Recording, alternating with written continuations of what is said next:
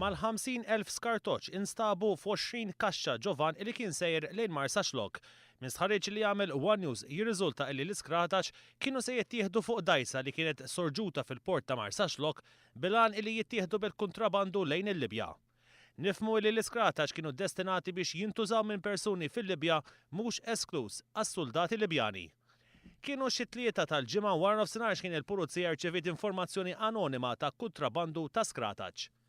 Fl-akwati ta' Marsaxlok minnu fih bdiet tfittxija minn membri tal-iskwadra tal-mobile u tat-taqsima tal-Administrative Law Enforcement.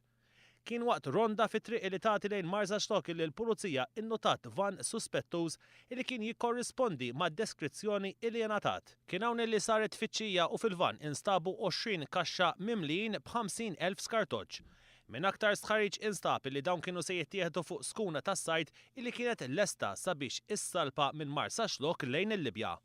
Brabta ma' din is-sejba ġew arrestati 3 Maltin u Eġizzjan il-koll sajjida u anke magħrufin mal-pulizija fiċ-ċirku tal-kutrabandu.